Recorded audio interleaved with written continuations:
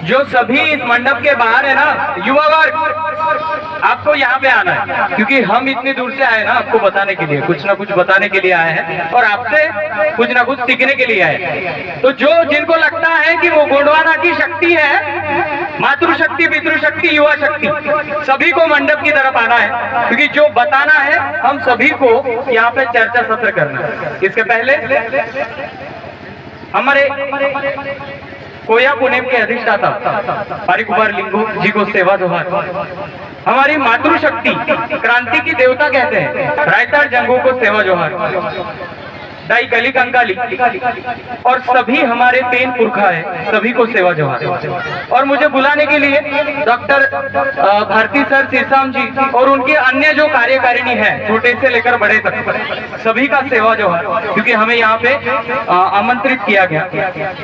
देखिए, उम्र में मैं आपसे बहुत छोटा हूँ, यहाँ पे मुझसे बहुत बड़े लोग हैं, बहुत अच्छा बता रहे हैं। मेरे ख्याल से आरक्षण के बारे में सर ने बहुत अच्छी तरह से आपको एक्सप्लेन किया। ये बातें क्यों होती है? इसलिए होती है कि समाज में जागरूकता फैले। अगर सभी लोग यहाँ पे किताब पढ़ते होते तो शायद ऐसा प्रोग्राम लेने की जरूरत ना पड़ती। प्रबोधन होना जरूरी है, तो प्रबोधन के लिए इस मंडप में सगाजनों का होना भी जरूरी है। अगर डांस शुरू होता है तो आप चले आते हो, डांस बंद हो जाता है तो लोग क्या कहते हैं, यहाँ पे बैठने वाले लोग भाषण क्या देते हैं, ये अगर आप नहीं सोचते, ये नहीं सुनते, तो समाज कैसे बढ़ेगा आगे। इसलिए जो भी जेन्युइनली बाहर खड़े हैं, सभी को निवेदन है, आप मंडप में आ जाइए। हम जो बाहर से आए हैं, इतनी दूर से आए हैं, 5 मिनट आपसे बात करेंगे, 5 मिनट आपको कुछ ना कुछ बताने की कोशिश करेंगे। सही लगे तो ले लेना, गलत लगे तो छोड़ देना। तो मैं किसी का नाम नहीं जानता, तो मैं सभी कार्यकारिणी और मंच पर सभी खड़े हुए मान्यवर को एक बार सेवा जोहार करता हूँ। तो देखिए, आरक्षण की बात हुई, सर ने बहुत बताने की कोशिश की, लेकिन बात ऐसी है कि हमें इधर से सुनना है और इधर से छोड़ देना। तो इसलिए आरक्षण, चलो मातृशक्ति बैठी है, आपको पता है आरक्षण क्या होता है? मेरी मौसी है, माँ है, आपको पता है आरक्षण क्या होता है? मैं अभी बताऊंगा कि यहाँ पे ही नहीं तो हमारे महाराष्ट्र में, मध्य प्रदेश में बहुत सारे लोगों को पता ही नहीं है कि आरक्षण क्या होता है, और बाहरी लोग ये कहते हैं कि आरक्षण का फायदा उठा रहे हो। अरे जिनको पता ही नहीं है आरक्षण क्या है, वो आरक्षण का फायदा कैसे उठाएंगे? और आज डॉक्टर बाबा साहब अम्बेडकर जिन्होंने हमारे लोगों के लिए कुछ ना कुछ लिख के रखा है, उन लोगों को हम भूल रहे हैं और बाकी लोगों को पकड़ रहे हैं। चलो मैं एक कहानी बताता हूँ। अभी सरपंच का निकाल था मेरे ख्याल से, ठीक है? तो आप सरपंच हो, आप अपने गांव के सरपंच हो, आपने बहुत अच्छा काम किया अपने गांव में, ठीक है? बहुत अच्छा काम किया, और आपका काम इतना अच्छा है कि आप हर बार चुन के आ रहे हो, इतना अच्छा आप काम कर रहे हो। लेकिन आपके जो विरोधक है, अपोजिट पार्टी है, उन्होंने एक प्रोपेगेंडा फैलाया कि आपको जादू टोना आता है, मंत्र तंत्र आता है, और इसकी वजह से अपने गांव को वश कर लिया। समझ रहे बात? आप तो अच्छा काम कर रहे हो, लेकिन कोई बोलता है कि जादू टोना करके आप लोगों को वश कर रहे हो, तो बाकी पब्लिक यही सोचेगी कि इसको जादू टोना आता है, वश करने की विद्या आती है, इसलिए ये गांव में जीत के आता है। आपके काबिलियत को कोई नहीं देख रहा, आप क्या कर रहे हैं, कैसे क्या कर सकते हैं, इसके काबिलियत को कोई नहीं देख रहा। सभी सोच रहे हैं कि आपको जादू टोना आता है। और गोंड समाज, भील समाज और अन्य समाज, आदिवासी समाज, इनके साथ भी यही बात दोहराई गई है, जो हर बात में मैं प्रूव करने के दिखाना चाहता हूं। मुझे आप नहीं जानते तो आप YouTube पे सर्च कर सकते हैं, राहुल खन्ना के नाम से, मैं वहां पे आपको मिलूंगा, वीडियोस मेरे बहुत सारे होते हैं। ये गेम प्लान क्यों हुआ? क्योंकि आपके जो आदर्श महापुरुष है ना, उनको अगर आप भगवान बना देंगे तो उनकी विचारधारा मिट जाएगी और आप उसको भगवान मानोगे, मन्नत बोलोगे, उसके सामने गिड़गिड़ाओगे, अगर वो भगवान बन गए तो। लेकिन अगर वो नेता बने, वो आपके महान है, आपके सामने उनकी तस्वीर बहुत बड़ी है, आप उसको भगवान नहीं बनाओगे, उनके बताए हुए रास्तों पे चलोगे, यह बात है। और आपके पुरखाओं को भगवान बनाने की साजिश होती है, और हर बार आपको भी यही बताया जाता है कि ये आपके भगवान है, फिर आप वहां पे मन्नत बोलोगे। अरे जिस इंसान ने इस धरती पे कदम रखा तो आपके प्रगति और विकास के लिए, वो इंसान मर भी गया ये सोचते सोचते कि आपका विकास कैसे हो, और आप उनके रास्ते पे चलने के बजाय अगर आप भगवान बना के उनको पूज रहे हैं तो ये गलत है। ऐसे ही आपकी विचारधारा खत्म की जाती है, आपको पता ही नहीं लगता कि विचारधारा कैसे खत्म हो जाती है। प्रोग्राम हो रहा है, यहाँ पे सभी मान्यवर बैठे हैं, आप भी आए हैं, दुकान भी लगे हैं, बहुत बढ़िया माहौल बन गया है। कंटेंट क्या है प्रोग्राम का? कंटेंट क्या है? विचारधारा क्या है? विचारधारा ये है कि इस प्रोग्राम का आउटपुट निकलना चाहिए, वो भी विचार। बड़े लोग आते हैं, वो बताते हैं, वो विचार विमर्श करते हैं और आपको सुनना है और घर में जाके अच्छा है या बुरा है ये सोचना है।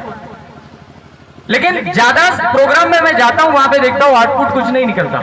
इसलिए नहीं निकलता कि डांस चलता रहे तो लोग आते हैं, भीड़ इकट्ठा करते हैं, लेकिन डांस बंद हो जाए तो लोग आते ही नहीं।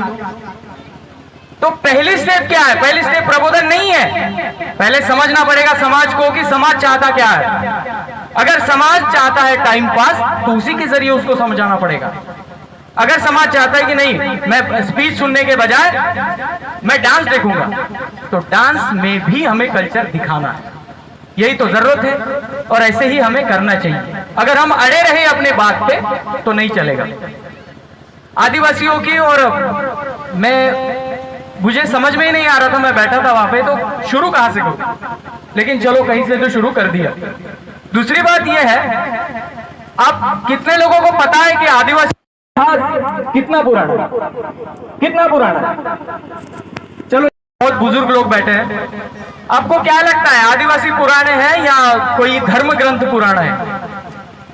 कौन कौन ऐसा है जिसको पता है कि आदिवासी कितना पुराना? क्या आप भी यही समझ रहे हैं कि धर्म ग्रंथों के बाद ही आदिवासियों का जन्म हुआ? अभी कंटेंट देखो, कंटेंट क्या है। सबसे पहले यहाँ पे जन्म लेने वाला व्यक्ति अगर समाज की संरचना बनाता है, वो भी वैज्ञानिक तरीके से, वो बड़ा हो गया कि किसी आदमी ने आके अपना धर्म बना लिया, वो बड़ा हो गया। मैं इसी बात का हमेशा विरोध करता हूँ। गोंडियन लोगों को किसी धर्म में मत बांधो, मार्ग पे चलो, वो मार्ग है कोया पुणे। आपको क्या लगता है? सभी लोगों को यही लगता है ना कि गोंड, गोंडी, गोंडवाना सिर्फ गोंड का है? बिल्कुल नहीं है। अगर ये धारणा है तो निकाल लो दिल से। गोंड, गोंडी, गोंडवाना की व्याप्ति अगर आप समझ जाए ना तो आप इसके साथ जुड़ जाएंगे। डॉक्टर एडवर्ड स्वेस जो कि अंग्रेज थे, उन्होंने सर्च किया, खोज किया और यह पता लगाया कि यहाँ पे गोंडवाना लैंड नाम का एक लैंड था। समझ रहे आप? आपने तो नहीं दिया, आप ज्यादा से ज्यादा गांव का नामकरण कर सकते हैं, मोहल्ला बना सकते हैं। आपने लैंड बनाया? किसी ने लैंड बनाया? नहीं बनाया। तो फिर गोंडवाना लैंड आया कहां से? अगर यहाँ पे गोंडवाना लैंड था तो गोंड लोगों का वजूद भी था। ये तो हमें समझना पड़ेगा। अगर यहाँ पे गोंड लोगों का वजूद था तो वो कौन से गोंड थे? राजगोंड थे, प्रधान गोंड थे, बैगा गोंड थे, या कौन से गोंड थे? इसके नींव तक लोग नहीं जाते और कहते हैं कि ये हमसे भिन्न है, वो हमसे भिन्न है। अगर आप चाहो, बहुत लोग जानते हैं तिरुमल आचार्य, मैं जिनको लिंगो मानता हूँ, डॉक्टर पेनवासी मोतीराम कंगाली सर। मेरे ख्याल से जो भी मानते हैं ना उनके घर में मोतीराम कंगाली सर की एक किताब होगी, गोंडी पुनम दर्शन। नहीं होगी तो प्लीज स्टॉल लगे हैं ले लो, क्योंकि उस किताब में जितना भरा है उतना किसी भी किताब में भरा नहीं। कंगाली साहब आप कहते हो और बहुत सारे लोग कहते हैं कंगाली सर को हम मानते हैं, कंगाली सर को हम मानते हैं।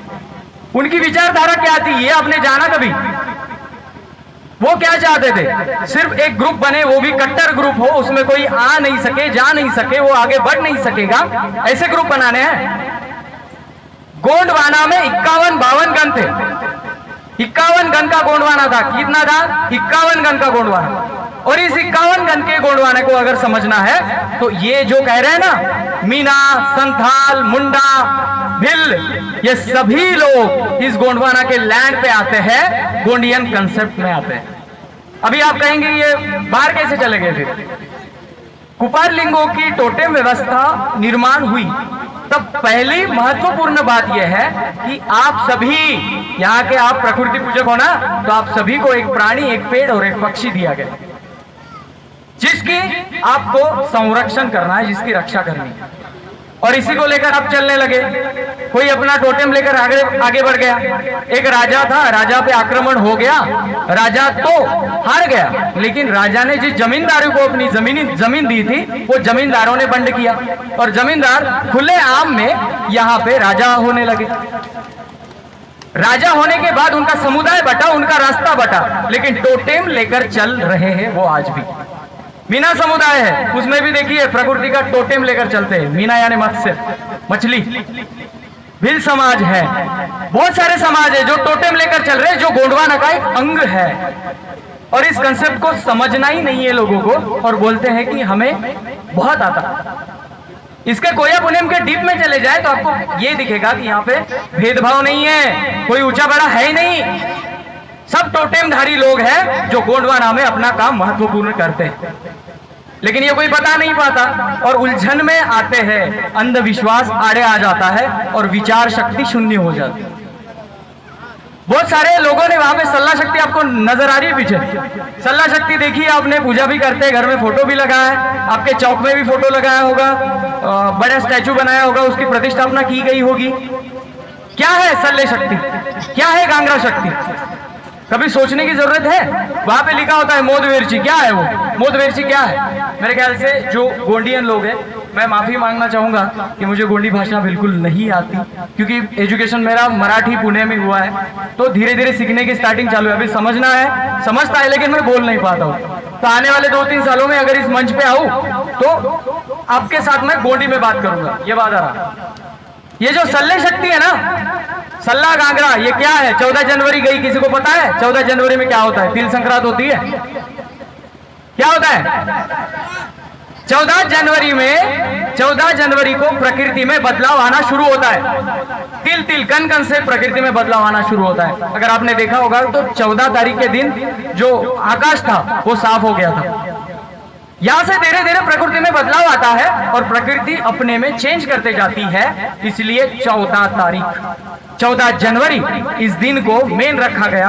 और आचार्य तिरुमल मोतीराम कंगाई साहब जो पेनवासी हो गए, उन्होंने ये शुरू किया 2002 में। कहां पे? अमरकंटक में। अभी अमरकंटक में क्या है? अमरकंटक में आप पैदा हो, आपका वंश पैदा हुआ जो आज हम तक आया है। अमरकंटक में हमारे ज्येष्ठ फनावेन सही लांगरा जो है, जो आदि रावण पेरियोर और सुकमा पेरियोर की बात होती है किताबों में, वहां से उगम हुआ। और वहां से ये 51 गण वाले गोंडवाना के लोग हैं, गोंडवाना लैंड के लोग हैं, अलग अलग बसते गए, अलग अलग बैठते गए, इनका सेवा होता गया, जोहार होता गया, ये थोड़े से अलग होते गए। इसका मतलब ये नहीं है कि ये गोंडवाना के बाहर। लोग गोंडवाना गोंडवाना तो कहते हैं, लेकिन ये एक्सप्लेन करके बताते ही नहीं कि गोंडवाना है कितना। गोंडवाना प्रदेश है, गोंडवाना जिला है, गोंडवाना स्टेट है या क्या है? जब ये समझेगा तब बात समझ में आएगी कि गोंडवाना बिल्कुल छोटा सा भाग नहीं है, ये इंडिया देश भी इसमें आ जाता है। इतना बड़ा गोंडवाना है। फिर बात आती है, इतना बड़ा गोंडवाना लैंड था, 2000 साल पहले हमारे पुरखों ने यहाँ पे राज किया। फिर ऐसी क्या बात आई कि हम आज गरीबी की रेखा के नीचे आ गए? एक सवाल होता है, जो सवाल आपके ही दिल में टिक टिक करता हो, मेरे भी दिल में टिक टिक करता है कि ऐसा क्या है कि अगर 400-500 साल पहले हमारे राजा पुरखा थे, तो ऐसा क्या हुआ जिससे आज हमारा समुदाय गरीबी रेखा के नीचे आ गया? ऐसा क्या हुआ होगा? और यही वक्त है बाकी लोगों का वर्चस्व आप पे आने के लिए। बाकी लोगों ने अपनी विचारधारा, अपनी जो व्यवस्था है उसको पकड़ के रखा, और हम जैसे बढ़ते गए, हमने धीरे धीरे धीरे धीरे छोड़ दिया। और यही बात हुई, हमने छोड़ दिया, इसलिए बाह्य धर्म हमारे ऊपर हावी हुआ और हम अपने कोया पुनेम को भूलने लगे। कोया पुनेम क्या है? भूमिका भी कभी कभी बताते हैं कोया पुनेम तो कठिन सा लगता है, समझ में ही नहीं आता कोया पुनेम है क्या। क्या है ये पुनेम? पू यानी सत्य, सत्य यानी प्रकाश, पू नेम, नेम यानी रास्ता। सत्य का जो मार्ग है उस पे जो आदमी चलता है वो कोया पुनेम का पालन करता है। सीधी बात। कोया पुण्यम यानी क्या, बहुत कठिन है। आपको कहीं जाके वहां पे चढ़ाई पे बैठ के ध्यान साधना करना है, तपश्चर्या करना है। क्या बताया जाता है आपको? तपश्चर्या करने से भगवान मिलते हैं, तपश्चर्या करने से आपको भगवान मिलेंगे। अरे भाई, भगवान वाली संकल्पना आप में नहीं है। भगवान यह शब्द बाहर से आया हुआ है। आपका शब्द है पेन, क्योंकि आपके पुरखा जब जन्मे, यहाँ पे दाई कैली कंकाली पांदी पारी कुपार लिंगो ये सब लोग थे, तब इन्होंने कोई चमत्कार नहीं किया। चमत्कार के लिए आप यहाँ पे नहीं आए हैं। और चमत्कार हुआ होता तो आज भी हम चमत्कार के पीछे दौड़े होते। ऐसा नहीं है। हमारे पेन पुरखाओं ने अपनी माँ की कोख से जन्म लिया। वो यहाँ वहां से निकले नहीं है, माँ की कोख से निकले। और माँ की कोख से निकलने वाला आदमी अपने समाज में एकता फैलाता है। और बात यही हुई, हमारे पुरखाओं ने एकता फैलाई, हमारे पुरखाओं ने समाज कैसे संगठित होता है ये बताया। और इसके बाद हमारे दूसरे लोगों ने ये बताया कि हमारे पुरखा लोग चमत्कारी थे, उनको चमत्कार आता था और यहाँ वहां से उड़ रहे थे। साइंस क्या कहता है? साइंस ये कहता है कि किसी का आदमी को उड़ना आता है? नहीं कहता। कोइतुरो की संज्ञा यानी कोइतुरो की थ्योरी ये है, जो माँ की कोख से जन्मता है और इस प्रकृति के हर बदलाव को समझता है, हर पेड़ पक्षी पौधा प्राणी इन सभी को समझता है, वो है कोई। और बात भी ऐसी है, समझना पड़ेगा हम करना क्या चाह रहे थे और कर क्या रहे। हमें यह भी समझना पड़ेगा कि आने वाले दौर में अपना बच्चा पढ़ेगा तो उसको कंप्यूटर भी आना जरूरी है, उसको डॉक्टर भी बनना जरूरी है, उसको वकील भी बनना जरूरी है, उसको गोंडी भी सीखना जरूरी है। जो अपडेट होता है वो आगे चलता है, जो अपडेट नहीं होता वो पीछे रहता है। सीधी बात है। आपको वकील साहिबा ने बताया कि हमारे संस्कार कैसे होते हैं, हम अलग कैसे हैं, क्यों हम हल्दी यूज करते हैं। आपने देखा सल्ले शक्ति के पास गोंगो किया गया, यहाँ पे गोंगो होता है। हल्दी और चावल ही क्यों यूज होता है? कहीं भी कुमकुम भी लगा सकते थे, नहीं लगाया। क्यों नहीं लगाया? महुआ का फूल ही लगा सकते थे, वो भी, या दूसरा लगा सकते थे, महुआ का फूल ही क्यों लगाया? देखिए, इस बेसिक जानकारी को समझिए। जो नेचर है, प्रकृति है, प्रकृति में से जो मिलता है वही हम लेते हैं पूजा में। सीधी बात है। चावल कहां से आता है? खेतों से। हल्दी कहां से आती है? खेतों से। राड़ कहां से आता है? पेड़ से आता है ना। आपने वहां पे केमिकल डाला? नहीं डाला। जो आता है वो भी नेचर से आता है, प्रकृति से आता है, इसलिए हम उसी से पूजा करते हैं, हम केमिकल यूज नहीं करते। महुआ का फूल पता है? बाकी फूल आपको अगर अपने पेन के पास चढ़ाने हैं, बाकी फूल तो तोड़ना पड़ेगा।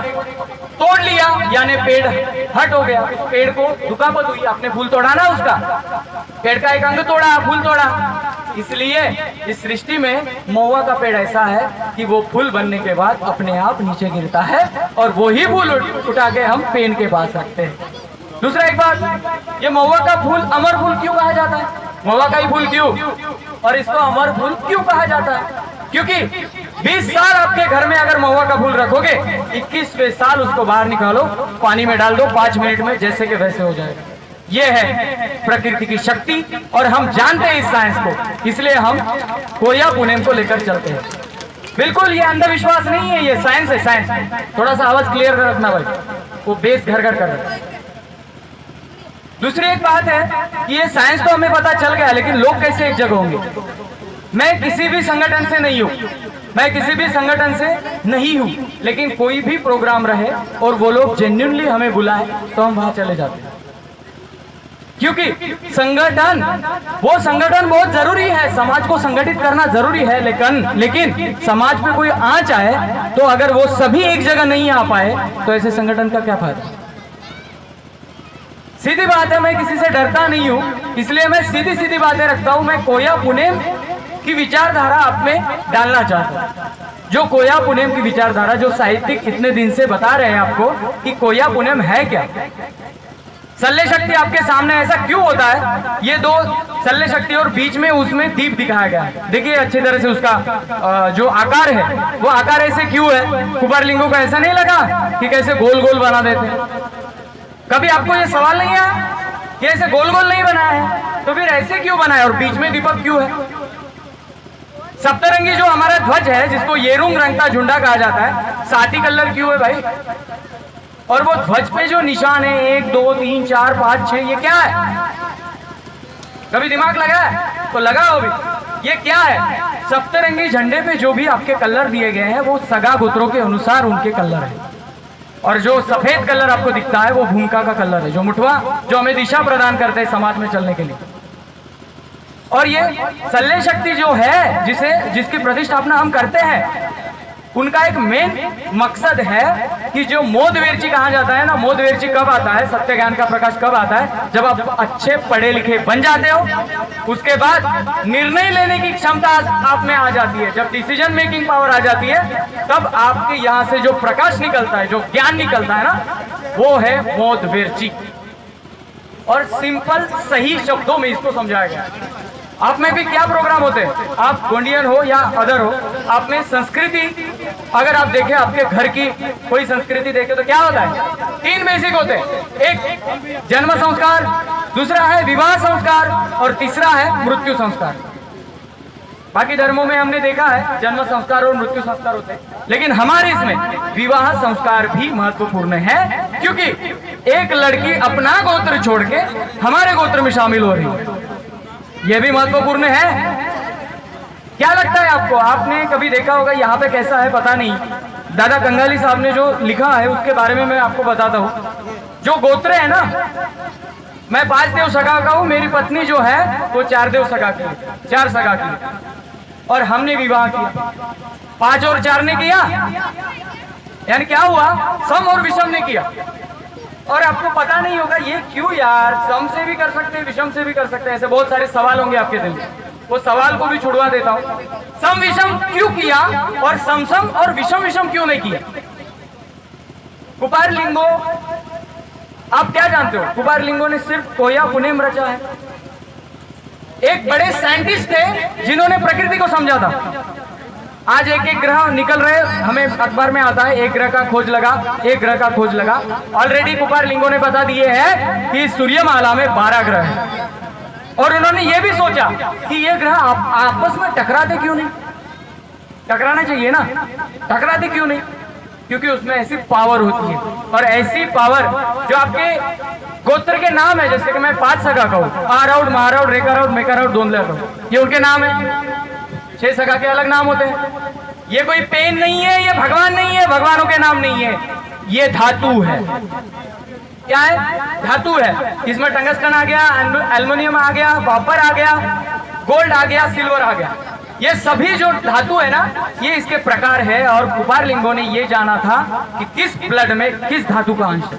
कभी कभी डॉक्टर आपको बताते हैं ना, आपके इसमें आयरन की कमी है, आयरन की कमी है, आपको ये खाना पड़ेगा, वो खाना पड़ेगा। ये धातु भी जरूरी है बॉडी के लिए, डीएनए बढ़ाने के लिए। और ये समझ लिया था कुपार लिंगो, और इसलिए आपको ये व्यवस्था दी कि सम विषम गोत्रों में आपको शादी करनी है, और सम सम गोत्र वाले भाई बहन माने जाएंगे। हमको पता ही नहीं है क्यों ऐसा बनाया गया, और हम यही जानते हैं कि नहीं, अभी पुरखा हमारे कह रहे, बाप दादा कह रहे, तो हम भी उसी पे चलेंगे। अरे जब तक रीजन नहीं समझेगा कैसे चलोगे? ब्रेक हो जाएगा, और ऐसे ब्रेक होता आया है ये सब। इसलिए ये कोया पुनेम आगे भी चलता रहे। आपका ये प्रोग्राम है ना, ये आने वाले 100 सालों तक चले, इसके लिए विचारधारा बताना जरूरी है। विचारधारा पता होगी तो सब कुछ होगा। देखिए, 100 सालों में परंपराएं बनती है और नष्ट भी होती है। समझिए इस बात को, परंपराएं बनती है, नष्ट होती है। इंसान भी बनते हैं, नष्ट होते हैं, उनके पुरखा भी बनते हैं, नष्ट होते हैं। जिंदा क्या रहता है? जिंदा उसकी विचारधारा रहती है। और विचारधारा क्या है? विचारधारा यह है कि हमें साइंस को और प्रकृति को समझना, हमें यह समझना है कि क्या है कोया पुनेम, क्या है और पुनेम का मार्ग क्या है। आज अगर आरक्षण की बात होती है, बहुत सारे लोगों को यह पता नहीं है कि आरक्षण होता क्या है। ये क्यों? क्योंकि हम नहीं ये जानते, हम ये नहीं जानते कि आरक्षण क्या है। अब तक पहुंचा ही नहीं है रिजर्वेशन क्या है। और आज आपको पता है, ये मैं आपको बात बता दूं, आदिवासियों का आरक्षण लेके बोगस लोग इतने सारे बैठे हैं कि आप उनमें से चुन भी नहीं पाओगे कि असली आदिवासी कौन है और नकली आदिवासी कौन है। क्यों हुआ? क्योंकि रिजर्वेशन तो मिल गया, आरक्षण तो मिल गया, लेकिन बात यह है कि इसको समझना नहीं चाहता कोई, और बाकी धर्मीय इसलिए हमारे बेटियों के साथ शादी करते हैं कि उनको आरक्षण मिले। समझ लो बात। बाकी धर्मों में आप धर्मांतरण कर सकते हो, बाकी धर्मों में बिल्कुल आप उस धर्म में जाना है तो उस प्रकार से आप उस धर्म में चले जा सकते हो। ये गोंडियन समाज ऐसा है कि कोई दीक्षा नहीं है बाबा यहाँ पे, क्योंकि ये विचारधारा है, जन्म लेना पड़ता है, और अगर आपने जन्म लिया तो इसको समझना भी पड़ता है।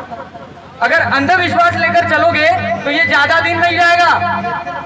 अगर आपको लगता है कि मैं रोज कुमार लिंगों के सामने बैठती हूँ और वो एक दिन फोटो में से निकल के मुझे आशीर्वाद देंगे, गलत है विचारधारा, रुक जाओ वहीं पे। कुपार लिंगो आपके सामने नहीं खड़े होगे, आपको कुपार लिंगो क्या बताना चाहते थे ये समझना पड़ेगा, तब जाके ये बातें आपको समझ में आए। तो यही तो बातें हैं, चमत्कार की कोई बात नहीं है हमें। और फिर भी यहाँ पे चमत्कारों के जरिए लोगों को भटकाया जाता है, दिखाया जाता है, कोया प्यूनेम को बदल के एक अलग दिशा में ले जाया जाता है, और इसलिए हमने भी हमारे पुरखाओं के मंदिर बना दिए। मंदिर शब्द आ गया, भगवान शब्द आ गया, धीरे धीरे सभी आ रहा है। ये क्यों हो रहा है? क्योंकि हम अपनी विचारधारा को नहीं जानते। अभी कंटेंट क्या है, मैंने क्या बताया, गोंडी गोंगो में क्या क्या लगता है, चावल लगता है, हल्दी लगती है, राड़ लगता है, ये महुआ का फूल लगता है, ये सभी नेचर से आते हैं। कंटेंट क्या है भाई? प्रकृति से लेना है ना, केमिकल नहीं मिक्स करना है। तो हमारे लोगों ने इसको बदल लिया, राड़ की अगरबत्ती बना ली। भैया इसमें राड़ है तो हम राड़ की अगरबत्ती लगा रहे। अरे विचारधारा कहाँ गई भाई? जो विचारधारा आपको समझ में आए, जो विचारधारा पे आप विश्वास कर पाए, अपना तर्क लगा पाए, वो सही विचारधारा है। कोई भी आएगा यहाँ पे, मंच पे आएगा, कहेगा आदिवासियों के साथ अन्याय हुआ, अत्याचार हुआ, अमका हुआ, डमका हुआ, मैं उसके बारे में नहीं कहूंगा। क्यों नहीं कहूंगा? क्योंकि जब तक सुनने की क्षमता हमें नहीं आती, ये बताना आवश्यक नहीं है, और कोई भी सुनेगा नहीं। ये सुनने की आवश्यकता क्यों है? क्यों अन्याय हुआ, क्यों हम पे अन्याय हुआ, जरूरी क्या है ये बात ढूंढनी है कि हम पे अन्याय क्यों हुआ। बाकी धर्म वाले लोग आते हैं तो गोंड आदमी को ही क्यों काम पे लगाते हैं, उसका यूज करते हैं, बाद में फेंक देते हैं। ऐसा क्यों होता है भाई? गोंड आदमी को ही क्यों टारगेट किया जाता है, यहाँ के आदिवासियों को क्यों टारगेट किया जाता है? क्योंकि हम ईमानदार लोग हैं, और इसी बातों पे बहुत सारे लोग इलेक्शन जीतते भी है। आपको पता नहीं है, उनको पता है कि उनको पता है कि अगर मैंने कैसे भी करके गोंड आदमी के हाथ में 500 रुपए रख दिए तो वो इतना ईमानदार है कि वो रात में सोते टाइम विचार करेगा, बंदे ने पैसे दिए तो मैं उसको ही दूंगा, मेरे समाज का जाने दो। बात ऐसी ही होती है, और गेम प्लान किया जाता है और आपसे वोट निकलवाया जाता है। इसलिए हमारी जो ईमानदारी थी कि कोई भी गांव में आ रहा है, अरे बेचारे को घर नहीं है, थोड़ा सा जगह दे दो, वहां पे घर बनाएगा, और फिर थोड़ी सी खेती भी दे दो, वो खेती भी करेगा। ऐसे साम्राज्य धीरे धीरे उनके हाथों में गया, और आज यह परिस्थिति है दोस्तों कि हमारे समाज में जो समाज राजा होता था ना, उस समाज में दरिद्री रेखा के नीचे समझाया जाता है। उनको खावटी कर्ज जैसे योजना देना पड़ता है। शोकांतिका है भाई, ये शोकांतिका संगठन कोई भी हो, उनका काम कोई भी हो, अगर समाज का विकास उस संगठन का उद्देश्य है तो मैं उनके साथ हूं। लेकिन समाज को गुमराह करके अगर वोट बैंक बनानी है तो मैं उनके साथ नहीं हूं। और ऐसे लोग मुझे बुलाते भी नहीं है, फोन भी नहीं करते। क्या होता है अक्सर? बात यही आती है कि अगर बात आदिवासी की आए, इस देश का सबसे प्राचीन आदमी आदिवासी है, इसीलिए उसको आदिवासी कहा जाता है भाई।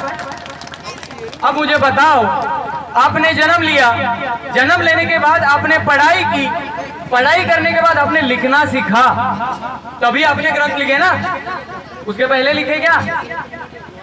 और एक काल ऐसा भी था जहां पे लिपि उपलब्ध नहीं थी, फिर भी जीने का मार्ग था। आज भी कभी आपको मौसी, मेरी माताएं बैठी हैं, शाम हो जाती है, रात हो जाती है, अगर कोई बच्चा किसी पेड़ के पास उसका पत्ता तोड़ने के लिए जाए तो माँ क्या कहती है? रात को नहीं तोड़ना है। क्यों नहीं तोड़ना है? क्योंकि इनको पता है कि रात में झाड़ जो है, पेड़ जो है, वो कार्बन डाइऑक्साइड छोड़ना शुरू करते हैं, वो स्वस्थ होने के लिए खड़ा रहता है, इसलिए उसको डिस्टर्ब नहीं किया जाता। हमारे माताओं को ये विज्ञान किसने बताया? किसी ने बताया? लेकिन वो मानते हैं। अरे बाबा, हमारे यहाँ पे पूरा विज्ञान भरा है, विज्ञान से ओतप्रोत है ये कल्चर, लेकिन फिर भी लोगों को पता नहीं है कि विज्ञान क्या है। फिर अंधश्रद्धा होती है, अंधश्रद्धा में बहुत सारी बातें होती है, जो बातें धीरे धीरे मैं अपने वीडियो में एक्सप्लेन करूंगा। जिन लोगों को लगता है कि मुझसे और ज्यादा सुने, तो यूट्यूब पे आप सर्च करिए, राहुल खन्ना के नाम से मेरा चैनल है, और उस चैनल के माध्यम से मैं यही काम कर रहा हूँ। हर उस डाउट को आपके सामने लेके आता हूँ। आपका काम यह है कि आपको समझना है, रुक जाओ भाई, आपका काम यह है कि इस विचारों को लेना है और सही मानना नहीं है। घर में जाओ, विचार करो, सच क्या है, झूठ क्या है, झूठ लगे तो छोड़ दो, सच लगे तो पकड़ो। कोई भी आदमी आए आपके पास, कोई भी आदमी आए, वो ज्यादा से ज्यादा विचारधारा नहीं बताता। भैया हम हल्दी लगाते हैं ऐसा बताएगा। अरे हल्दी क्यों लगाते? हल्दी क्यों लगाते? हल्दी ही क्यों हमने सिलेक्ट किया? मिर्च पाउडर क्यों नहीं लगाते भाई?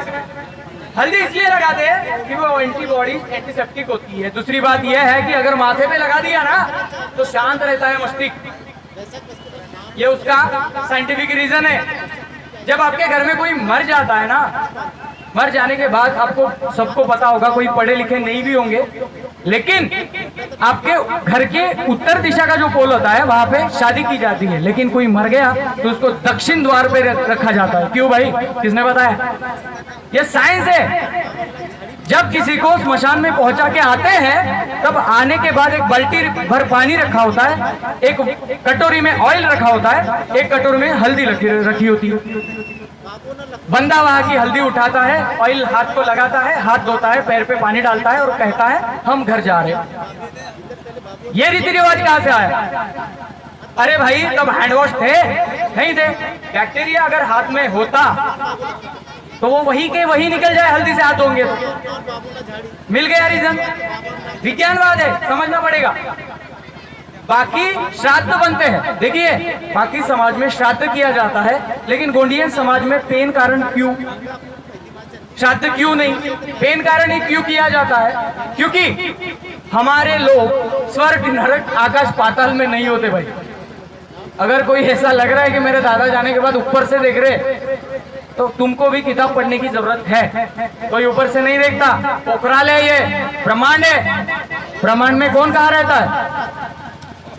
फिर ये नरक, स्वर्ग और श्राद्ध वाली संकल्पना बीच में कैसे आ गई?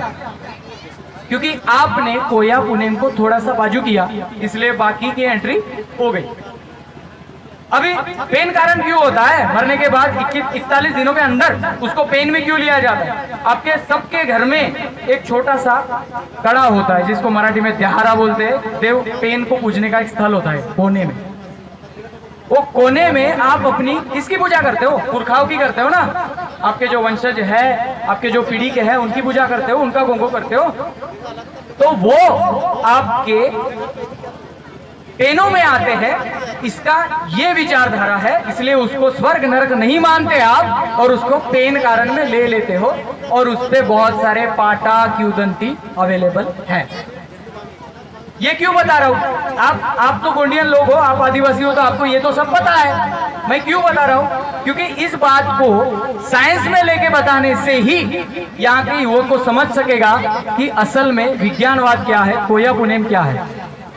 नहीं तो हम यही उलझते रह जाएंगे कि हमारे भगवान, हमारे वो विचारधारा क्या है? विचारधारा ये है, प्रकृति को लेकर चलिए, प्रकृति को साथ रख कर चलिए।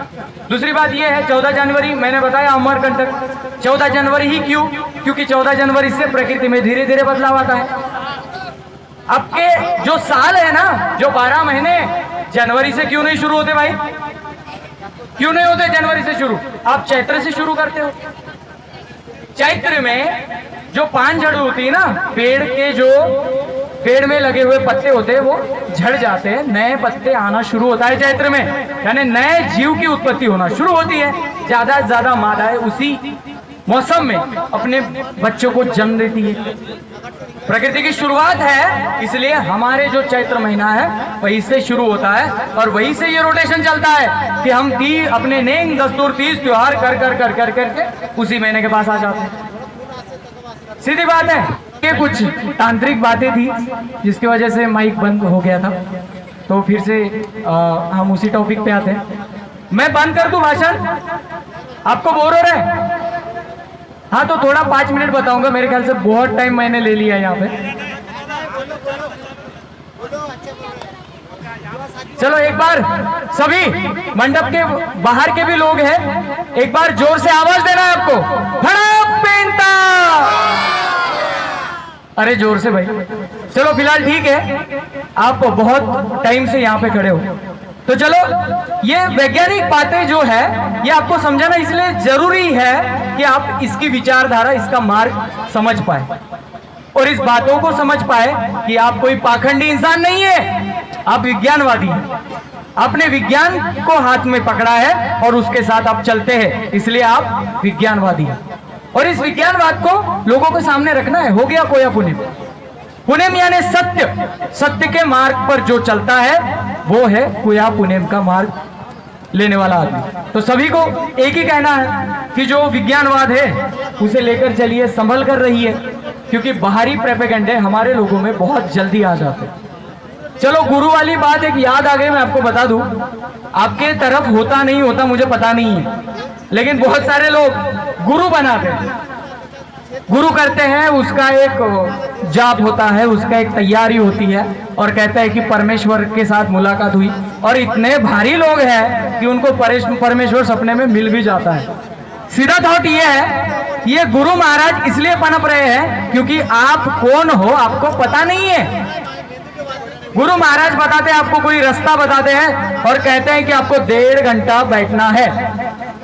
अभी 1.5 घंटा बैठना यानी क्या? कुपार लिंगों की जो ध्यान अवस्था है वो बैठे थे, क्या कर रहे थे? तपश्चर्या कर रहे थे? क्या नहीं कर रहे थे? चिंतन कर रहे थे, जिसको चिंतन कहा जाता है। चिंतन क्या है? जब आप एकांत में चले जाते हो तो कुछ सवाल मन में उमड़ पड़ते हैं और उस सवाल मन में ढूंढना, उसके सवालों के जवाब मन में ढूंढना, इसे कहा जाता है चिंतन। और चिंतन से ऐसे क्यों बाहर आते हैं, अरे ये तो मैंने सोचा ही नहीं था लेकिन ये होगा। और इस चिंतन से जो बाहर निकलता है, इन सभी प्रकृति शक्ति को जो समझता है, वो आगे चलकर समाज को दिशा दिखाता है। इसमें क्या आ गई भाई? तपश्चर्या वाली बात कहां पे आ गई? और भगवान कहां पे मिलते हैं? आपके पेन पुरखाओं ने यही बताया है कि आपको भगवान के पीछे जाना नहीं है, आपको विज्ञानवाद समझना है, कैसे चलना है ये भी बताना है। हमारे लिंगो मंच पे एक तिरुमल प्रकाश सलामे सर है, यहाँ पे अभी अभी आए हुए हैं, बहुत सारे लोग उनको पहचानते हैं, कोई नहीं पहचानता होगा। सलामे सर की एक खासियत बता दूं आपको, तिरुमल आचार्य मोतीराम कंगाली साहब, जिनके साथ उन्होंने बहुत बड़ा टाइम स्पेंड किया है, एक बार उनके लिए जोरदार ताली। और दूसरी बात यह है कि कंगाली साहब ने इस दुनिया की बहुत महत्वपूर्ण खोज की। खोज क्या है? सिंधु घाटी सभ्यता में जो मोहराएं मिली है हड़प्पा और मोहनजोदारो में, उसे कोई नहीं पढ़ पाया, लेकिन कंगाली साहब ने उसको गोंडी में पढ़ा है। एक बार जोरदार तालियां। और यह सिद्ध किया कि सिंधु घाटी सभ्यता में हड़प्पा और मोहनजोदारो जो सभ्यता थी वो गोंडियन सभ्यता थी, क्योंकि गोंडी भाषा से और लिपि से ही उसको पढ़ा जा सकता है, और वहां पे जो मंजर था वो पूरा गोंडी था। अभी इस बात को कंगाली साहब ने लोगों के सामने रखा, लेकिन शोकांतिका है मेरे समाज की कि आज भी कंगाली साहब के इस रिसर्च को बड़ा प्लेटफॉर्म नहीं मिल पाया। बड़ा कोई प्लेटफॉर्म, बड़ी कोई मीडिया आती ही नहीं उनके पास। क्यों नहीं आती? क्योंकि उनको पता है सिंधु घाटी सभ्यता के नाम पर तवे पे रोटियां सेकी जा रही, वो बंद हो जाएगी अगर गोंड लोगों की वो सभ्यता ये पता चल जाएगी। सीधी बात है। तो इसीलिए कंगाली साहब के इस रिसर्च को उन्होंने कैसे पढ़ा, कैसे विश्लेषण किया, ये सभी बातें कल के वीडियो में आएंगे। लेकिन प्रकाश सलामे सर हमारे साथ मौजूद है, जिन्होंने इस बात को समझा और आज भी वो कैसे पढ़ी गई, कैसे पढ़ सकते हैं, और आगे आने वाली लिपियों का संशोधन उनके अभ्यास में है और वो प्रैक्टिकली अपने समाज को बताने की कोशिश कर रहे हैं। हमारे गोंड आदिवासी समाज को जो है वो किताबें उन तक पहुंचती नहीं है, तो यही काम प्रकाश सलामे सर ने शुरू किया, जो अमरावती में रहते हैं, और उनके साथ मैं कार्य करता हूं। हमेशा कोई भी प्रॉब्लम हो, कोई भी समस्या हो, मैं उनके साथ सलाह मशवरा लेता हूं और उसके बाद ही वीडियो बनाना या किसी बात पे बोलना शुरू करता हूं। ऐसे बड़े बड़े लोग हमारे साथ हैं, हमारे बीच मौजूद हैं, लेकिन ऐसे भी बड़े लोगों को एक प्लेटफॉर्म की जरूरत है, जो प्लेटफॉर्म आज दुनिया को बताएगा कि ये हड़प्पा और मोहनजोदारो सभ्यता हमारी है। और ये सभ्यता इसलिए हमारी है क्योंकि हम भाई द्रविडियन नहीं, हम द्रविडियन नहीं है, प्रोटो द्रविडियन है। उसके भी पहले है जहां पे सिर्फ विज्ञान विज्ञान और विज्ञान था। पाखंड तब से आया। अभी बहुत सारे लोग कहते हैं हमारे प्राचीन ग्रंथ में लिखा है। कितने प्राचीन, कितने प्राचीन भाई? तुम्हारे ग्रंथ प्राचीन कितने हैं? एक लॉजिक है, आदमी बढ़ेगा पढ़ेगा, लिपि बनेगी तभी लिखेगा, लिपि नहीं बनेगी तो कब लिखेगा? तो इसके पहले क्या लोग नहीं थे? उसके पहले उनकी कोई संरचना नहीं थी? यानी तब भी आदिवासी लोग मौजूद थे और उसके बाद वो कहते हैं कि हमारे ग्रंथ सबसे प्राचीन है। अरे प्राचीन शब्द मत लगाओ यार, प्राचीन यह शब्द सिर्फ यहाँ के आदिवासियों को सूट करता है। और इसलिए आप कोई साधारण व्यक्तिमत्व नहीं हो, आप ऐसे वैसे नहीं हो, आप यहाँ के आदिवासी हो, जिसे इंडिजिनियस पीपल कहा जाता है, जिसे अबोरिजिनल लोग कहा जाता है, वो आप हो। जो पुरानी संस्कृति आप लेकर आते हो। पता है आपको क्या होता है? बड़े बड़े प्रोग्रामों में आदिवासी डांस कल्चर भी दिखाया जाता है। मोदी साहब ने जब ट्रंप को बुलाया तब यही दिखाया, देखिए हमारा आदिवासी क्या होता है। मोदी साहब को भी पता नहीं है उस डांस का नाम क्या होता है, जुलवा होता है कि क्या होता है, कुछ भी पता नहीं है। यूज करते हैं लोग तुम्हारा, क्यों? क्योंकि हम यूज करने देते हैं। अगर हमने ही बंदी ला ली, हम भी कहने लगे कि हमें भी मन चाहिए, हमारे भी अधिकार है, हमारी भी समस्याएं है, तो हो सकता है कोई एक अकेला आदमी खड़ा हो जाए और संगठन के मार्फत हमारे जो प्रश्न हैं वो छूट जाए। ये कब छूटेंगे? जब यहाँ का युवा पढ़ लिख जाएगा, जब यहाँ के युवा को प्रश्न आएगा कि यार मैं आदिवासी हूँ, मैं पुराना हूँ, फिर भी मुझे ऐसी क्यों रखा गया है, मैं ऐसे गरीबों में क्यों हूँ? क्योंकि बताया तो जाता है कि मेरे पुरखा जो थे वो 2000 साल से यहाँ पे राज कर रहे थे। गोंडवाना के किले हैं, गोंडवाना के गढ़ है, गोंडवाना की बावली सिस्टम है, गोंडवाना का सब है। फिर भी क्यों? क्योंकि हमने कोया पुणेम से हटकर, अपनी विचारधारा से हटकर अपनी जिंदगी जीनी शुरू की और तभी से हमारा पतन शुरू हुआ। इस पतन के जिम्मेदार हमें। बहुत सारे लोग कहते हैं आदिवासियों पे इसने अन्याय किया, अत्याचार किया। नहीं, ये कहता हूँ वो बाद में देखेंगे, वो भी बताया हमें। लेकिन हमने उसका विरोध किया, नहीं किया। अगर विरोध जिसने किया उसको साथ दिया, नहीं दिया। जिसने उंगली कटाई उसका नाम आया और जिसने सर कटाया उसका नाम ही नहीं है। वीर बाबूराव शर्मा की किसी किताब में दिखते आपको? मोतीराम दादा कंगाली में कोई चैप्टर आया आपके स्कूल में? कभी एक बड़ा आर्टिकल आया किसी अखबार में या किसी न्यूज चैनल ने आधा घंटा मोतीराम कंगाली साहब के बारे में बोला है? क्यों नहीं बोला है? क्योंकि हमारा जो प्रेशर है वो वहां पे नहीं बनता है। और इसलिए ये जो बातें हैं ये समझना पड़ेगा।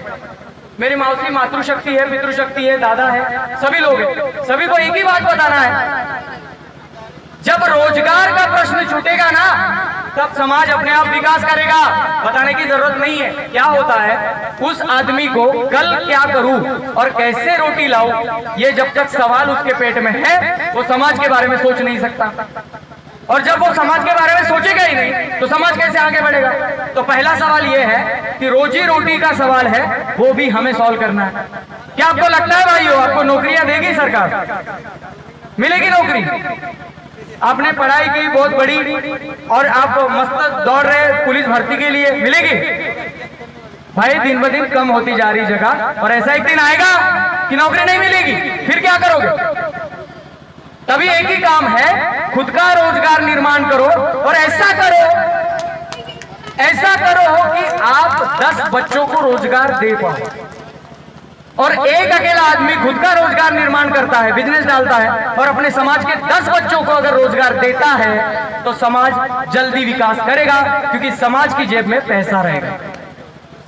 अभी आप नहीं जानते, आप बैठे हो, कभी ये प्रोग्राम खत्म होने के बाद जो कार्यकारिणी है जिन्होंने इस प्रोग्राम का आयोजन किया है उनसे जाके पूछिए कि आपने कहां से पैसा इकट्ठा किया, आपने कहां पे लगाया और कितना बचा। मैं 100% उनसे तो पूछा नहीं है, लेकिन 100% बताता हूँ वो जेब से देंगे लेकिन पैसा बचेगा नहीं। क्यों? क्योंकि जागृति नहीं है। जागृति नहीं है तो, और हमारे लोगों में जागृति तो छोड़ो, जेब में है ही नहीं तो दूंगा कहां से? तो ये जो बात है पैसे वाली बात है, ये पैसे वाली बात, ये पहला प्रश्न है आप सभी का। अगर आपके जेब में पैसा है तो आप समाज के बारे में सोच सकते हो, समाज को दिशा दिखा सकते हो। लेकिन आपके जेब में पैसा नहीं है, पेट में भूख लगी है, तो समाज बाद में, पहले भूख। और इस भूख के लिए हमारा आदमी दर दर भटक रहा है। रोजगार जरूरी है, मोदी साहब ने तो बता दिया, आत्मनिर्भर बनना है आपको, खुद का खुद करना है, खुद का खुद खाना है। देख लो भाई, सीधी बात यह है कि रोजगार हमें निर्माण करना आना चाहिए। जैसे आज मैं देखता हूँ बड़े बड़े शहरों में ये ज्वेलर्स, वो ज्वेलर्स, ये हॉस्पिटल, वो हॉस्पिटल। मैं ऐसा देखना चाहता हूँ एक दिन, बड़ा भी हॉस्पिटल, क्विक के ज्वेलर्स, ये क्यों नहीं हो सकता? होना चाहिए। अरे जब वो आपके प्रोफेशन में आते हैं तो आप उनके प्रोफेशन में नहीं जा सकते, जाना पड़ेगा। और गोंडवाना आदिवासी जो आंदोलन है वो बढ़ेगा कैसे आगे भाई? एक जगह सब 1 लाख लोग मिलके जाएंगे और आंदोलन करेंगे तो हो गया, मिल गई स्वतंत्रता, हो गए मंजूर। गोंडवाना आंदोलन ऐसे नहीं बढ़ेगा। हमें 100 बंदे बनाने हैं, 100 बंदे ही बने, 1000 नहीं बने, 100 बंदे ही बने, लेकिन वो बंदे ऐसे हो जो विज्ञानवाद और विचारधारा को मानते हो। एक बंदा 100 बंदे बनाएगा और 100 बंदे 1000 बंदे बनाएंगे, और ऐसी बुनियाद रखेंगे कि उसको कोई हिला नहीं पाएगा। और जब वो हिला नहीं पाएगा तो बाकी लोगों की दाल तो यहाँ पे गलेगी नहीं और वो अपने आप पीछे हट जाएंगे। अभी क्या होता है, मैं बहुत सारे मंच पे जाता हूँ, सीधा सीधा हुआ, नहीं हमारे साथ ब्राह्मण लोगों ने ऐसा किया, ये लोगों ने वैसा किया। अरे हम क्या है, पहले हमें समझना पड़ेगा, फिर बाद में बात का इतिहास देख लेंगे। इसलिए आप ये बातें समझ लो कि रोजगार से शिक्षा, आप रोजगार करोगे तो समाज को शिक्षा दे पाओगे, और शिक्षा ऐसा माध्यम है जो समाज को सुशिक्षित बना। शिक्षित आप हो, जो 4 किताबें पढ़ ले वो शिक्षित हो जाता है, लेकिन सुशिक्षित बनने में उसको टाइम लगता है। और शिक्षित और सुशिक्षित का जो फर्क है ना, शिक्षित आदमी वही बताता है जो किताबों में होता है, लेकिन सुशिक्षित आदमी ये बताता है किताबों का और अपने दिमाग का सोचकर जो तर्क लगाता है वो है सुशिक्षित। तो अगर समाज को संगठित करना है, आगे बढ़ाना है, तो पहले नहीं हो रोजगार, और रोजगार के बाद आता है शिक्षा। सब पढ़ेंगे तो सब अपने दिमाग से सोचेंगे और कुछ ना कुछ निकलेगा और समाज आगे बढ़ेगा। शिक्षा, रोजगार से शिक्षा और शिक्षा से रोजगार, यह बातें जब तक हमें समझ में नहीं आएगी हम ऐसे ही रहेंगे। तो इसलिए हमारा इतिहास समझ के चलो। इतिहास क्या है यहाँ पे?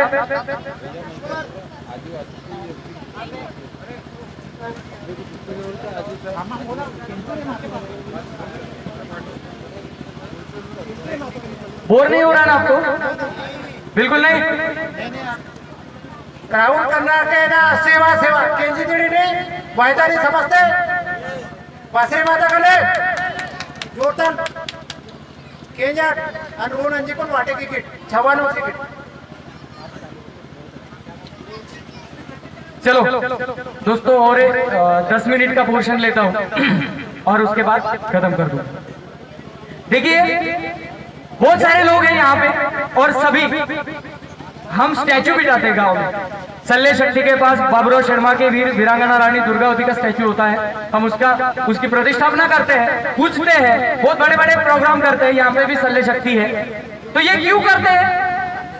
इसलिए कि बाकी समाज इसको देखे और कहे कि नहीं गोंडियन एकता है। इसके लिए नहीं भाई, इसके लिए प्रतिष्ठापना नहीं करनी है। इसके लिए करना है कि रानी दुर्गावती, वीरांगना रानी दुर्गावती, फिर बाबूराव शर्मा के, इन लोगों ने यहाँ पे बलिदान दिया और लोगों को कहा कि अगर आप लड़ोगे नहीं तो आपको आपका हक नहीं मिलेगा। इसलिए आप उनको सामने रखते हो, समाज में आते जाते टाइम उसके पुतले को देखते हो और समझते हो। लेकिन ये बात बहुत सारे लोगों को पता नहीं है और कंपटीशन लग गया कि यहाँ पे स्टैचू बनाना है, वहां पे बनाना है, हमें ये करना है, वो करना है। संगठन बना के अगर ये लोकतंत्र है, लोकतंत्र में क्या है? राजा का लड़का राजा होता है क्या? राजा का लड़का अब राजा होगा? नहीं होगा। राजा का लड़का अब राजा नहीं होगा। राजा वही होगा जिसको यहाँ की जनता चुन के देगी। ये लोकतंत्र है, इसको समझो। इसको अच्छी तरह से समझने के बाद राजनीति में आना जरूरी है।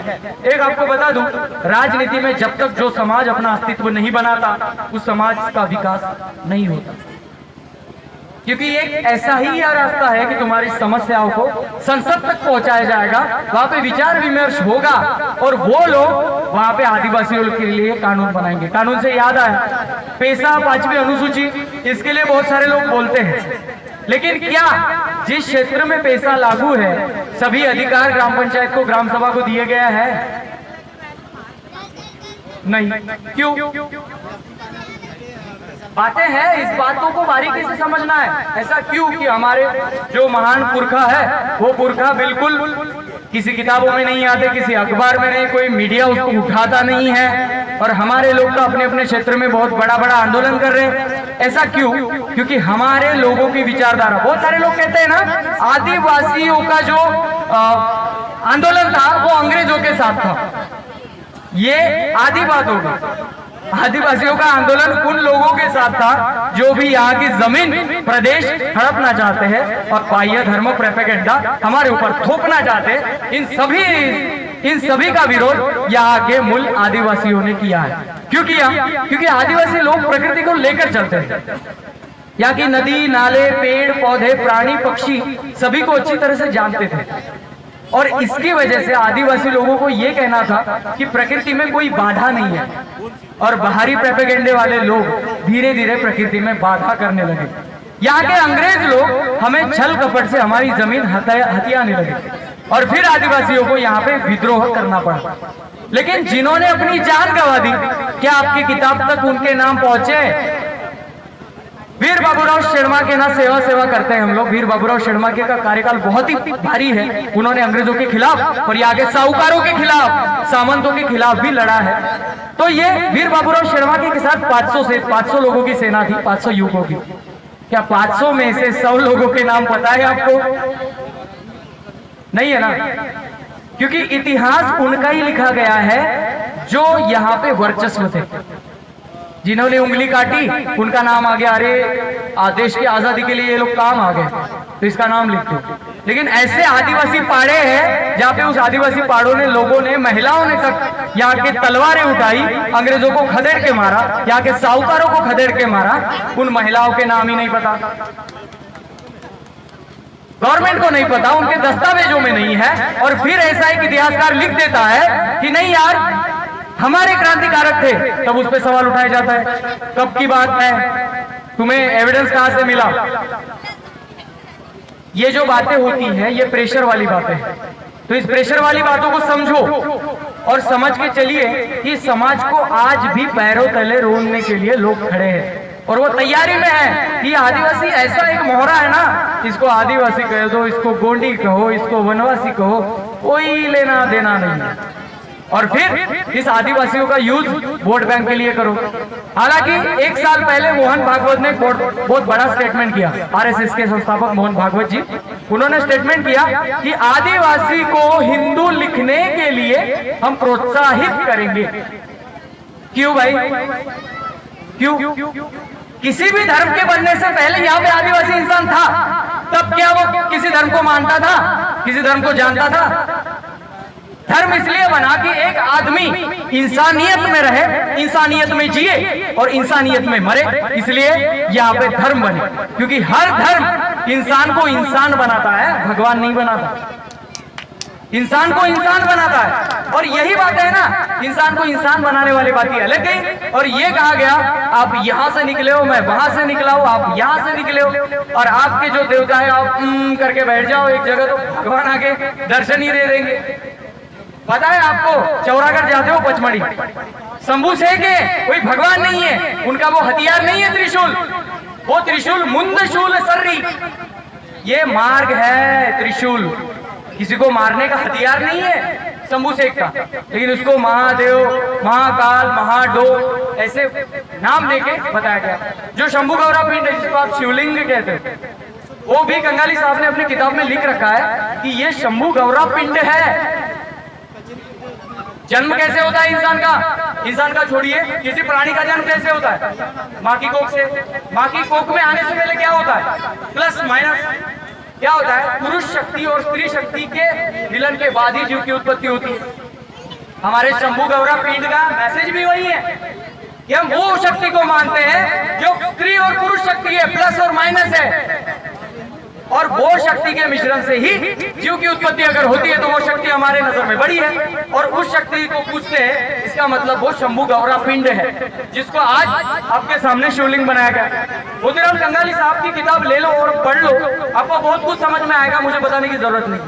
शंभू शेख को भी तीसरी नेत्र का बताया गया और बहुत कुछ बताया गया। ऐसा क्यों हुआ? क्या त्रिनेत्र था?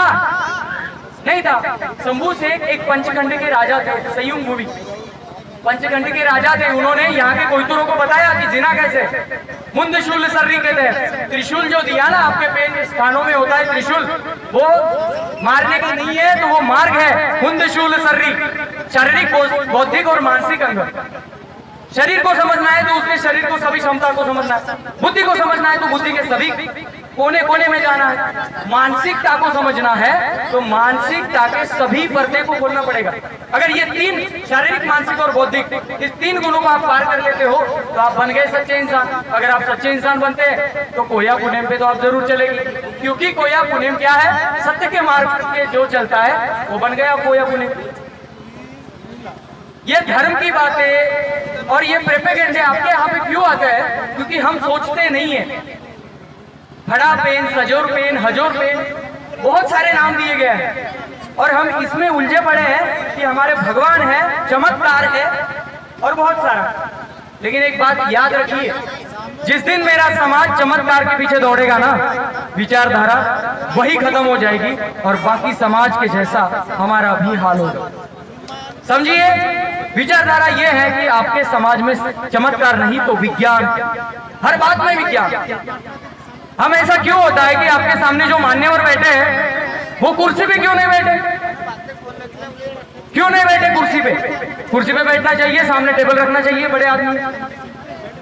आप भी नीचे बैठे हो ना, तो आप भी जमीन से लगे हो और वो भी जमीन से लगे हैं। ये है गोंडियन व्यवस्था, जो बड़ा आदमी भी नीचे ही बैठता है और छोटा आदमी भी नीचे बैठता है, गरीब भी नीचे बैठता है, अमीर भी नीचे बैठता है। और आपको ये संसद भवन वगैरह पता है, कैबिनेट मंत्री लोग जाते हैं वहां पे, बहुत बड़ी बहसबाजी करते हैं। ये संकल्पना भी वहीं से आई है, जो इसको कहा जाता है मांदी। बैठक को मांदी कहा जाता है। मांदी में लोग बैठते हैं, विचार विमर्श करते हैं। इसमें कोई लीडर नहीं होता भाई, मांदी में कोई लीडर नहीं होता। कोई भी सवाल पूछ सकता है और उसका आंसर कोई भी दे सकता है। ये है मांदी। इसको बैठक बनाया गया, ग्राम सभा बनी, संसद बने, पार्लियामेंट बने, लेकिन विचारधारा क्या है कि संगठित होना। ये संगठन यहां से आ रहा है। जो भी विचारधारा है आपकी, ये वहीं से आ रही है। जो प्राचीन समुदाय है वो हम हैं, और इसलिए इस देश के प्राचीन लोग हैं, और इसीलिए हमें गर्व होना चाहिए कि हम यहाँ के इंडिजिनस पीपल है, हम यहाँ के आदिवासी हैं। और हम गर्व भी तभी करेंगे जब इस सभी बातों को समझेंगे। नहीं तो ये बोल दिया बिरसा मुंडा तो वहां तक आते थे और 120 के स्पीड से भागते थे, अभी आ गया उसके बीच में चमत्कार। और ये ऐसे क्यों डालते पता है? बड़े बड़े लेखक है जो हमारे समाज के बाहर है, वो लिखते हैं मस्त हमारे बारे में, हमारे बेनपुर गांव के बारे में लिखते हैं। बिरसा मुंडा को इतनी ताकत थी कि 10 मिनट में वो 10 किलोमीटर पार करते थे। पॉसिबल है? फिर ये लोग ऐसा क्यों लिख रहे हैं? क्योंकि इसलिए लिख रहे हैं कि हमारे आदिवासी लोग अपने महान आदर्शों को भगवान बना बैठे और विचारधारा खत्म हो जाए, और अपने ही बिरसा मुंडा के सामने, वीर बाबूराव शर्मा के सामने, वीरांगना रानी दुर्गावती के सामने मन्नत बोलने बैठे। विचारधारा खत्म। अगर आप उनको भगवान बनाओगे तो विचारधारा खत्म हो जाएगी, और विचारधारा खत्म हो जाएगी तो उनका क्या संदेश था कि आपको पता ही नहीं लगेगा। बाबूराव शर्मा के जी है, उनका जो स्टैचू बिठाया जाता है ये इसके लिए कि बाबूराव शर्मा के ने शस्त्र उठाए अपने क्रांति के लिए, अपने सगा लोगों के लिए। तो आप क्या करना है? अभी तलवार लेके लड़ने का तो समय नहीं है, अभी कलम लेने का समय है। जो समाज की इतिहास है वो लिखो, अपनी पद्धति से लिखो, क्योंकि बाहर के लोगों ने तुम्हारा इतिहास लिख कर ये इतना बाह्य धर्म प्रोपेगेंडा डाला है ना, आप ढूंढ ही नहीं पाओगे। जरूरत है हमारे युवकों को अपना इतिहास लिखने की, इतिहास समझने की और इतिहास को फॉलो करने की। तभी फ्यूचर बन पाएगा। जैसे कि डॉक्टर बाबा साहब आम्बेडकर ने एक बात कही है, जो समाज अपना इतिहास नहीं जानता वो अपना भविष्य बना ही नहीं सकता। इसलिए बेस देखो, विचारधारा देखो कि हमारे पेन पुरखाओं ने यहाँ पे संघर्ष किया तो इसलिए किया कि आने वाली जो गोंडियन पीढ़ी है वो अच्छे से रहे। तो हमें भी आज यही संघर्ष करके चलना है कि आने वाली जो पीढ़ी है उसके सभी हक और अधिकार उसको मिले, तभी हम इस विचारधारा को बना पाएंगे। नहीं तो मेरा एक कहना है सीधा, परंपराएं 200 साल में 300 साल में बनती है, बिगड़ती है, खत्म हो जाती है। लोग भी जन्म लेते हैं, बनते हैं, खत्म हो जाते हैं। जिंदा रहती है हजारों सालों से, तो वो है विचारधारा जिसको आपको लेकर चलना है।